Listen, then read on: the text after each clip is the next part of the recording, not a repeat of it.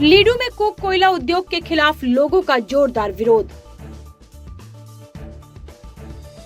रौदगांव और तिराप क्षेत्र में 20 से अधिक कुक कोयला भट्टियों से पर्यावरण पर संकट। लीडू और इसके आसपास के इलाकों में नियमों की अनदेखी कर तेजी से बढ़ रहे कुक कोयला उद्योगों के खिलाफ लोगों का गुस्सा अब खुलकर सामने आने लगा है।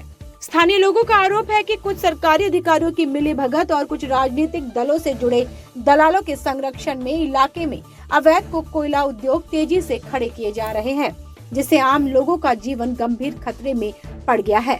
गौरतलब हो कि लीडू क्षेत्र का एकमात्र बड़ा उद्योग नॉर्थ ईस्ट कोलफील्ड्स है, जो फिलहाल कमजोर स्थिति से गुजर रहा है। इसी का फायदा उठाकर अवैध कोयला कारोबारियों ने इलाके में जगह जगह कुक कोयला उद्योग स्थापित कर दिए हैं, जिससे पर्यावरण को भारी नुकसान हो रहा है। सरकारी नियमों के अनुसार कुक कोयला उद्योगों को आबादी वाले क्षेत्रों, सार्वजनिक संस्थानों, स्कूलों और धार्मिक स्थलों से कम 1 किलोमीटर दूर स्थापित किया जाना चाहिए था, लेकिन स्थानीय लोगों का आरोप है कि कुछ अधिकारियों से साठगांठ कर इन उद्योगों को सीधे आबादी वाले इलाकों में ही खड़ा किया जा रहा है। बताया जा रहा है कि लीडू के रौदगांव और तिराप गांव इलाके में ही 20 से अधिक कुक कोयला भट्टियां चल रही है। इनके कारण इलाके में टीबी, कैंसर, अस्थमा और त्वचा रोग के मरीजों की संख्या तेजी से बढ़ने लगी है। इस गंभीर स्थिति से राहत पाने के लिए स्थानीय लोगों ने कई बार प्रशासन को ज्ञापन देकर इन उद्योगों को बंद करने की मांग की है, लेकिन अब तक कोई ठोस कार्रवाई नहीं हुई है। इधर हाल ही में रौदगांव इलाके में एक और नया कुक कोयला उद्योग स्थापित करने की तैयारी शुरू होने से स्थानीय लोगों में भारी आक्रोश देखा जा रहा है।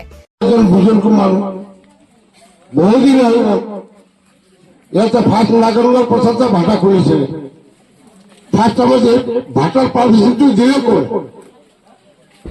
আমি যিমানটো গম পাওঁ, আমাৰ লিডু কলেজৰ গ্ৰাম পঞ্চায়তে তাক ভাটাৰ পাৰ্মিশনটো দিছিলে, ৰাইজে চান উঠাইছিলে, কিন্তু আমি মোৰ গাঁৱত মই চান পোৱা নাই। মই চান দিয়া নাই, মই ৰাইজেও চান দিয়া নাই।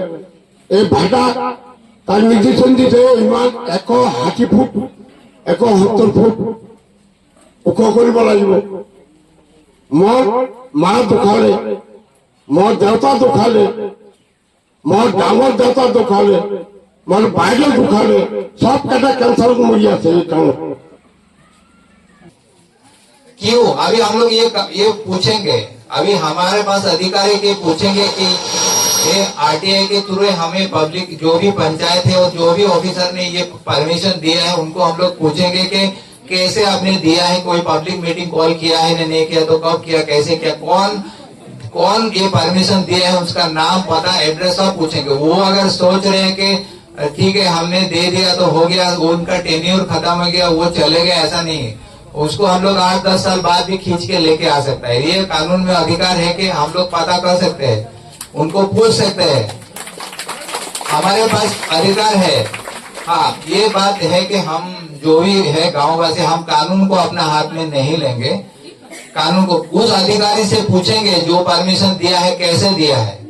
और इतना ऑलरेडी 4-5 भाटा जो कोल इंडस्ट्री जो पोल्यूशन लेवल को एक्चुअली में रेजिडेंशियल एरिया में तो ये परमिशन दिया ही नहीं जा सकता, लेकिन कैसे दिया, कैसे उन्होंने दिया, कब मीटिंग कॉल किया, किससे एनओसी। इसी के विरोध में लोगों ने एक बड़ी विरोध सभा आयोजित कर प्रशासन से इस विषय पर तुरंत कार्रवाई की मांग की है। আমাৰ ইয়াত মাটি এডোখৰ আছে, সেইটো মাটিডোখৰ এতিয়া যি খালী মাটি আছে ধৰক যাৰে নহওক, কিন্তু আমাৰ গাঁৱৰ মাটি হয়, তাত এতিয়া নতুনকে সিহঁতে বোলে আকৌ ভাটা, ইয়াততো অলৰেডি ভাটা আছে, আমি ইনে প্ৰব্লেম পায়ে আছো। সেইটো পঞ্চায়তত কেনেকে কাগজ গ'ল, কি হ'ল, এনঅচি পালে নাপালে নাজানো, এতিয়া বোলে নতুনকে ইয়াত বোলে ভাটা বনাই। সেইটো এতিয়া ভাটাটো বনালে আমাৰতো এনে বহুত প্ৰব্লেম হৈ আছে। এই আগৰ পৰাই পানীৰ কাৰণে আমাৰ পানী অসুবিধা, প্ৰদূষণ পানী পাই আছো, আমি সুবিধাকে পানীও পোৱা নাই। যিটো পঞ্চায়তৰ পৰা পানী দিয়ে সেইটো যিটো আহে সেইটো খাওঁ, আৰু যদি নাথাকিলে বেলেগ পানী আমি খাব নোৱাৰো। এতিয়া ল'ৰা পোৱালি ইমান বেমাৰ হৈছে, যিবিলাক উঠি আহিছে সিহঁতৰতো এতিয়া গেছৰ পৰা মানুহে এনে হেৰি হৈ আছে, বা মানুহৰ বেমাৰ যিটো বেমাৰ নেৰে, এইবিলাক যদি আৰু ইয়াত ভাটা চাটা বনিব, আমি ইয়াত থাকিব নোৱাৰা হবচোন। আমি ইয়াত ভাটা চাটা বনিব নিদো, আমাক সেইটোৱে লাগে। আৰু আমাৰ প্ৰতিনিধিক জনোৱা হ'ল, পঞ্চায়তৰ প্ৰতিনিধিয়ে ক'লে আমি বোলে পাব্লিকক কেয়াৰ নকৰো। এইটো পঞ্চায়তৰ পৰা আমাক হেৰি কি বুলি কয়, প্ৰেচিডেণ্টে আমাক কৈছে। আহিলে ওপৰৰ পৰা হাত বন্ধা আছে, আমি একো কৰিব নোৱাৰো। তেতিয়াহ'লে সিহঁতৰ ক'ৰ পৰা কেনেকে হাত বন্ধা আছে আমিতো সেইটো নাজানো। সিহঁতৰ হাত বন্ধা আছে, আমাৰ পাব্লিকৰ হাতটো বন্ধা নাই। নাই, তেখেতক মতা হোৱা নাই, মতা হোৱা নাই এতিয়ালৈকে। ইমানটোতো আমিও গম নাপাওঁ, কিন্তু ইয়াত ভাটাটো বনিব বুলি গম পাইছিলো, কিন্তু আমি ভাটা বনিব নিদিওঁ। কামটো আৰম্ভ মানে ইটা চিটা পেলাই লৈছে। আমি কৰিছো ইয়াত নতুনকে এটা ভাটা এষ্টাব্লিছ কৰিব, কয়লা কোক ইণ্ডাষ্ট্ৰী।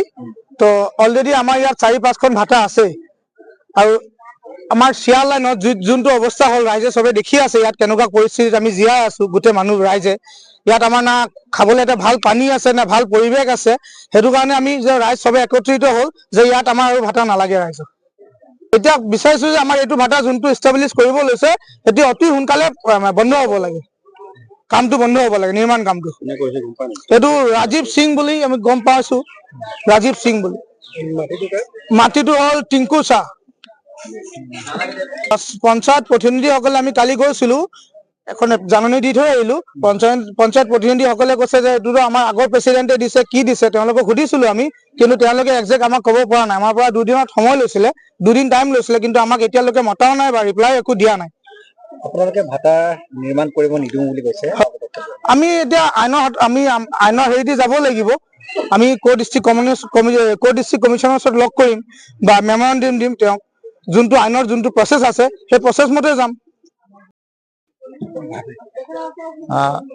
ইয়াত বহুত কথা জড়িত হৈ আছে, কিন্তু ইমান কম সময়ত ইমান কথা ক'বলৈ অসুবিধা। কিন্তু ইয়াত আইনগত ফালে মই যিহেতু আইনৰ মানুহ, আইনগতভাৱেই মই কম।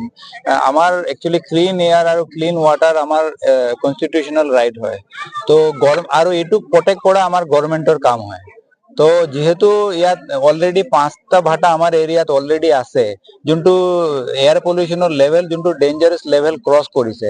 এই সময়ত এটা কুৱেশ্যনটো এৰাইজ হয় যে 5টা ভাটা থকাৰ পাছত 6 নম্বৰ ভাটা ইয়াত কনষ্ট্ৰাকশ্যন কৰিবলৈ আৰম্ভ কৰিছে। তো এইখিনি ভাটা কনষ্ট্ৰাকশ্যন কৰাৰ আগত NOC, পলিউশ্যন কণ্ট্ৰল বৰ্ডৰ NOC, লোকেল পাব্লিকৰ NOC, আৰু ইয়াৰ মেইনলি আমাৰ কনষ্টিটিউচনেল ৰাইট ভায়লেট হৈছে বুলি যি আমাক পাৰ্মিশ্যন দিয়ে, তেওঁলোকে আহি এবাৰ ইয়াৰ লোকেলি ইনস্পেকশ্যন নকৰাকে অফিচত বহি কিনে ইয়াত গ্ৰাউণ্ড ৰিয়ালিটি নোচোৱাকে আমাৰ মানুহ ইয়াত কেনেকা বেমাৰত ভুগিছে, কিবা ইনস্পেকশ্যন কিবা এনকুৱাৰী নোহোৱাকে কেনেকে পাৰ্মিশ্যন দিয়ে, এইটো বহুত এটা ডাঙৰ কুৱেশ্যন যোনটো আনচাৰ কৰিবলগীয়া আছে। মানে এইটো ৰাইজেও বিচাৰিছে জানিবৰ কাৰণে আমাৰ যে এইবোৰ কেনেকে হৈ আছে, কেনেকে 5টা ভাটা থকাৰ পাছতো এটা 6 নম্বৰ ভাটা কনষ্ট্ৰাকশ্যন কৰাৰ পাৰ্মিশ্যন দিলে উইদাউট পাব্লিক মিটিং, উইদাউট মানে এইবোৰ কনচাৰ্ণ নোচোৱাকে মানুহৰ কি কণ্ডিশ্যন নোচোৱাকে দিয়া আছে। তো সেইকাৰণে মই ভাবো মানে এইটো এটা কুৱেশ্যন হয়, এইটো চাব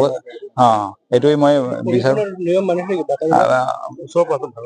আপোনালোকে দেখি পাবই, যদি আপোনালোকে দেখি পাবই যে টিনৰ চিমনি বনাই কিনে ভাটা চলাই আছে। তো আৰু ইয়াৰ মই আৰু ক'বলগীয়া নাই।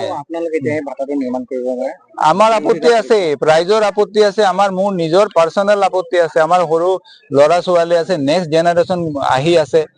আমি নিজে বেমাৰে ভুগি আছো, আমি নিজে ঠিক থাকিব নোৱাৰে, নিজৰ নেক্সট জেনেৰেশ্যনক কেনেকা পালিম?